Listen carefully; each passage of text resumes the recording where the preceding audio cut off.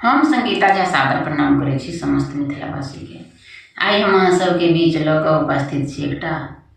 उपनयनमे मड़बाके साँझ। आशा करै छी जे अहाँ सबके जरूर नीक लागत, तऽ सोनू लाइक कमेंट शेयर जरूर करब। जय मिथिला जय मैथिली। सोनू ई मड़बाके साँझ देबऽ कालके कोने बाबा घर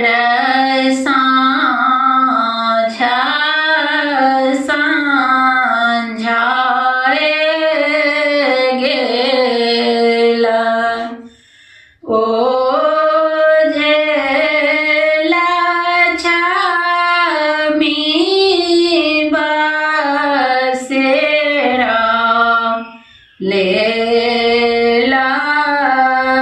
है ओ जेला छमी बसेरा लेला है कोने आमाले साथो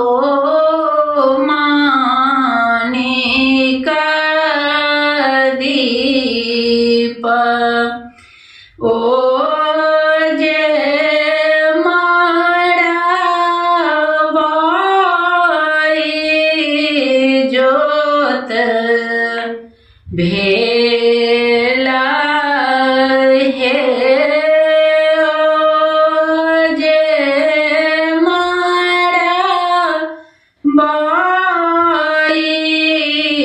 जोत भेला है आपन बाबा घर साँझ साँझाए गेला ओ जेला छमी बसेरा लेथो हे ओ जेला छमी बसेरा लेथो हे आइहा बयां माले साथो मानिक दीप ओ जे मड़बाई जोत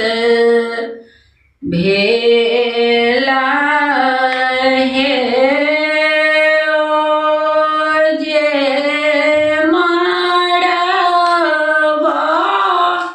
मड़बाई जोत भेला हे आपन बाबा घर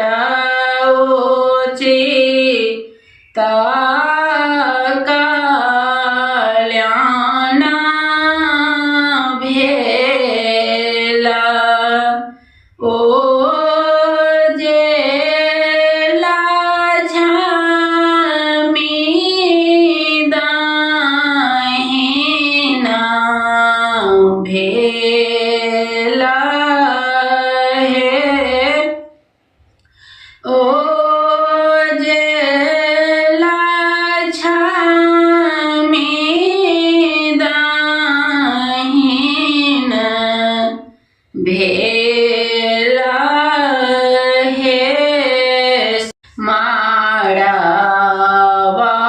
माड़बाही घी